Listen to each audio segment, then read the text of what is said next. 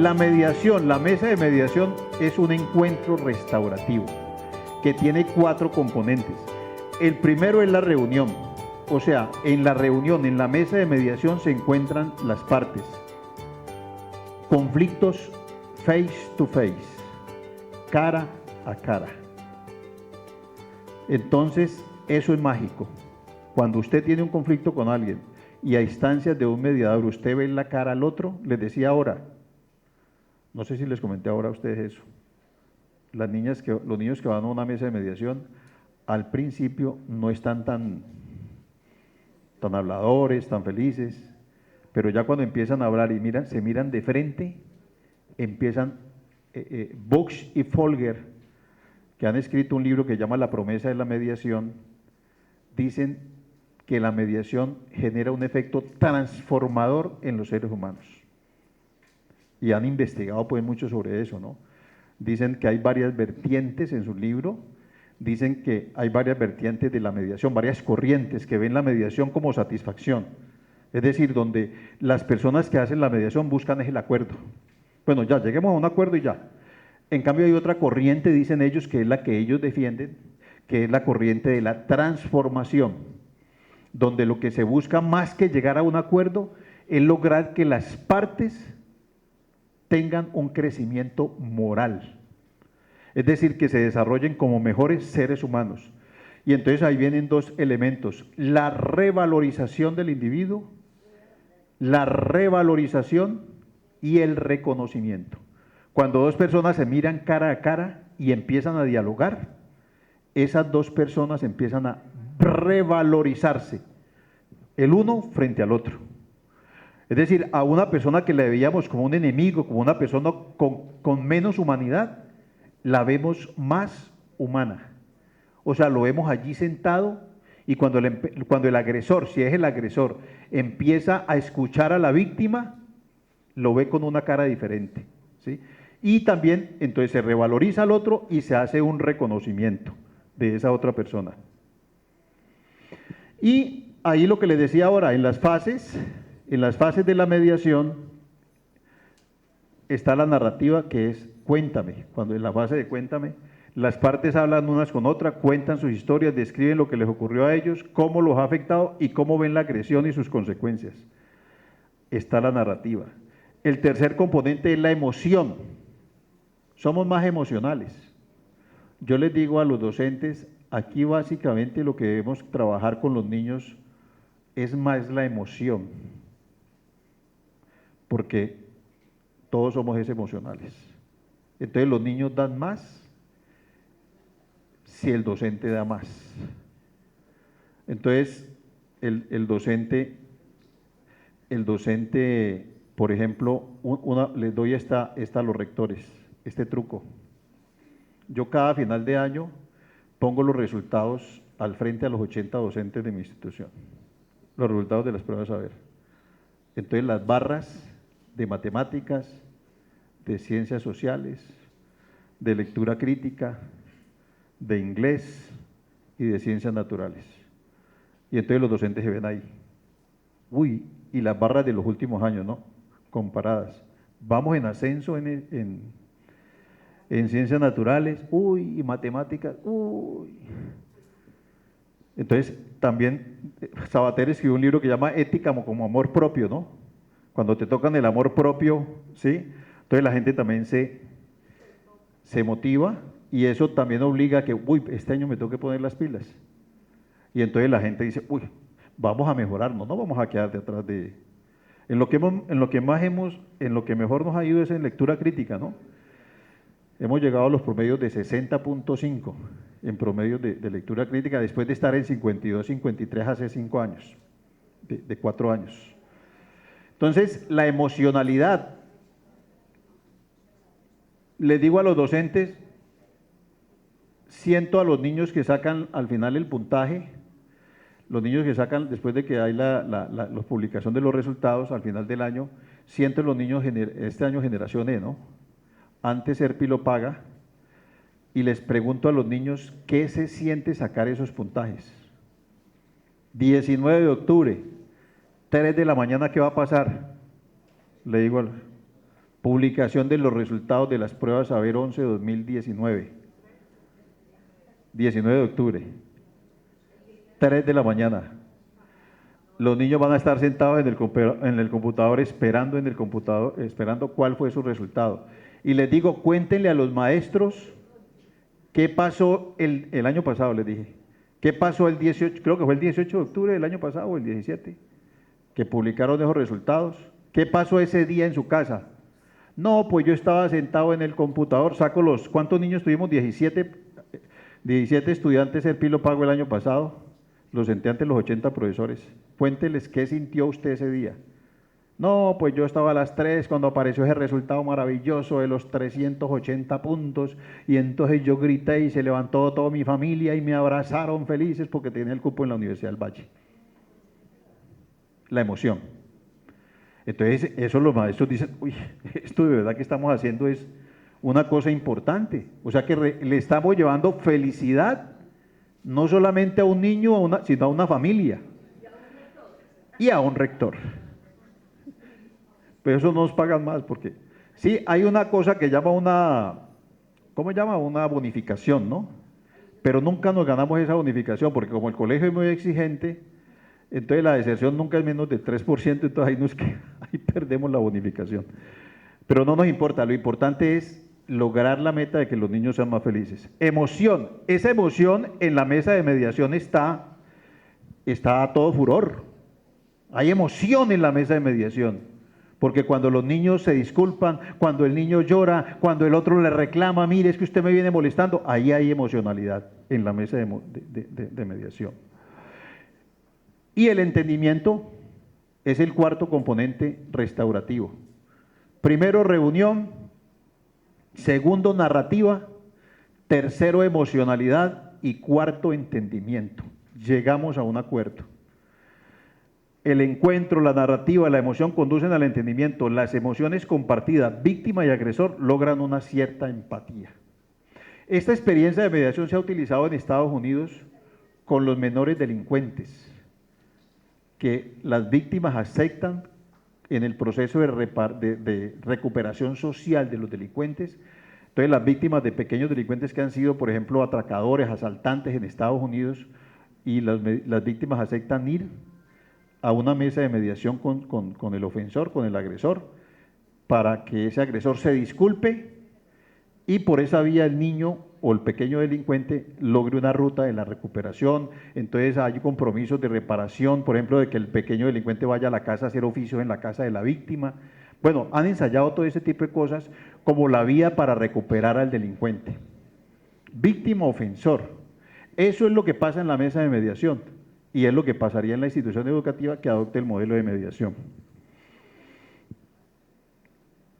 Esto es un sistema, digamos que son dos sistemas, un sistema de normas y sanciones que se establece en el manual de convivencia y que incluye dentro del mismo manual un sistema de diálogo y acuerdo, Es decir, el diálogo y el acuerdo complementario al sistema de normas y sanciones.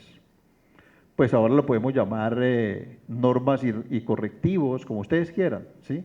Normas y procesos pedagógicos de cumplimiento a aquellas personas que incumplan con las normas de la institución.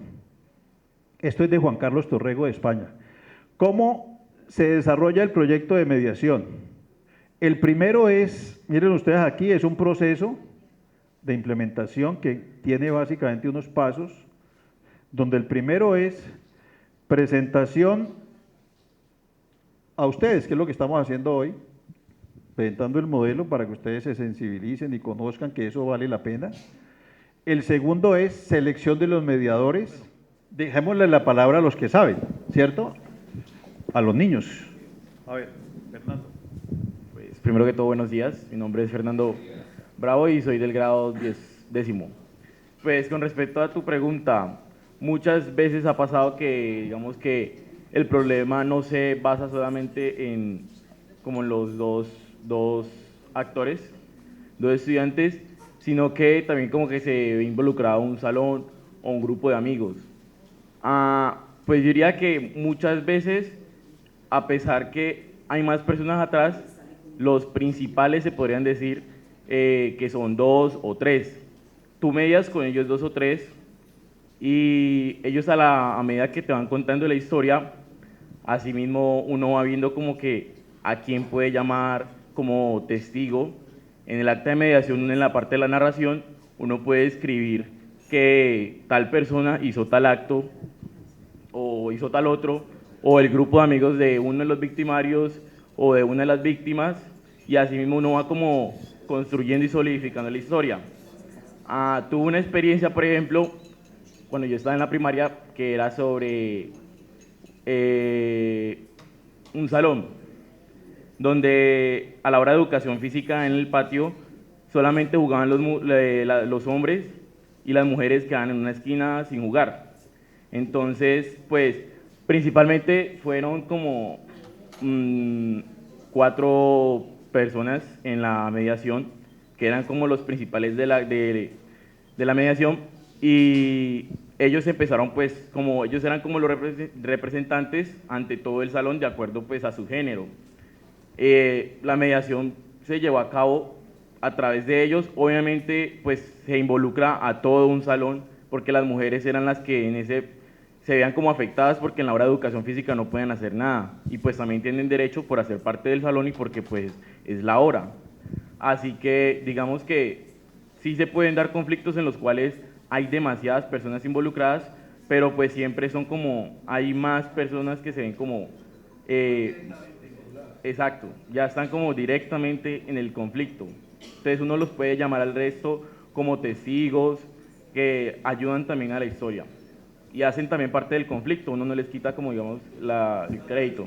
Mi nombre es Salvatore Frieri, soy del grado de 11, llevo aproximadamente 8 o 9 años en la mediación.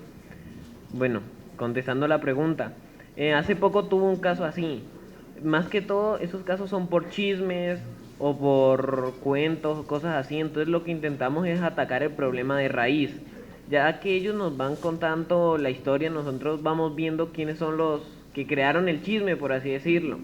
Y ya con ellos o podemos hacer una mediación aparte o podemos llamarlos para incluirlos en la mediación, ya que intentamos casi siempre solucionar los problemas de raíz, sin que haya un conflicto después ni otro problema. Mi nombre es Arnulfo Fajardo Valencia, yo soy coordinador de la institución educativa José María Carbonell y estoy vinculado con la institución hace más de 5 años. De todas maneras, cuando se presentan situaciones de convivencia y hacemos ese paso a los procesos de mediación, pues no son situaciones aisladas en su gran mayoría, ¿no? Son situaciones que tienen el conocimiento del directivo, que tienen el conocimiento de algún profesor y ese tipo de figuras participando dentro del proceso de mediación obviamente que genera una sensación de mucho respaldo para nuestros estudiantes mediadores. Y en esa medida se puede ir explorando en el proceso y se pueden identificando otros posibles actores del conflicto que a primera instancia no se han identificado, ¿no? Desde las otras instancias institucionales. Sobre el tema de los docentes, la pregunta del docente, la actitud de los docentes frente al proceso. Pues miren, cuando yo llego a la institución educativa, ya este proceso de mediación está implementado.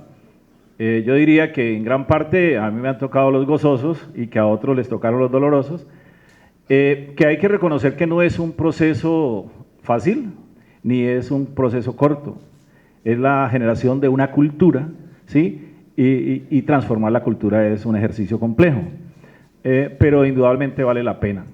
Lo que tengo que decir es que, primero, si no es el rector quien lidera este tipo de procesos, sí debe ser partícipe directo del proceso. O sea, creo que algo que garantiza que los procesos de mediación funcionen es esa presencia del rector allí en el componente organizativo y, como les digo, si no es el frente, por lo menos que sea un elemento significativo de ese proceso. Lo que hemos logrado con los profesores tiene que ver con estrategias que también se van implementando en la institución, ¿no? Y, por ejemplo, una credibilidad en el proyecto, o sea, que los profesores ya con el tiempo que hemos recorrido en este proceso, identifican que es un proceso serio, que conduce a buenos resultados, que mejora sustancialmente el manejo del conflicto y que ese tiempo que uno como docente o como directivo, en la experiencia que tenemos todos en otras instituciones, por ejemplo, no solo porque las veamos, sino porque las hemos vivido también como docentes, le invertimos mucho tiempo al atender casos de convivencia que pueden resolverse de una manera distinta, como es el caso de la mediación de pares. El ganarnos estos tiempos nos ha permitido mirar con otros ojos procesos de seguimiento y control de los estudiantes, procesos que tienen que ver también con el componente psicoafectivo. Ustedes saben cómo se han venido transformando esas problemáticas en las instituciones educativas. Procesos académicos que se reflejan en los resultados. Pero yo diría que la respuesta positiva del profesor, ya siendo concreto en lo que preguntaba el rector, tiene que ver con que él, como parte de la comunidad educativa, finalmente se da cuenta de cuántos beneficios desde el punto de vista personal incluso, en su salud física, en su salud mental, en el esfuerzo para intervenir con un grupo, en la posibilidad de tener unos tiempos para generar propuestas pedagógicas diferentes, ¿sí? Cómo ese proceso de mediación le ha permitido hacer ese tipo de cosas. Entonces, cuando ve que también en la dinámica del educador van cambiando ciertas situaciones que anteriormente eran difíciles manejar por los maestros, el maestro va valorando el proceso y, como les digo, ya es cuestión de estrategias. Nosotros tenemos, por ejemplo, un grupo de difusión en WhatsApp, ¿sí? que no es una lista de difusión, ¿no? Que no es un grupo, no es para que estemos conversando entre todos, sino para enviar información a los docentes que ellos al final de cada una de sus clases revisan y entonces normalmente le informamos qué actividad hay, que hay unas mediaciones, qué mediadores van a participar y eso ha facilitado muchísimo el proceso del trabajo con los niños.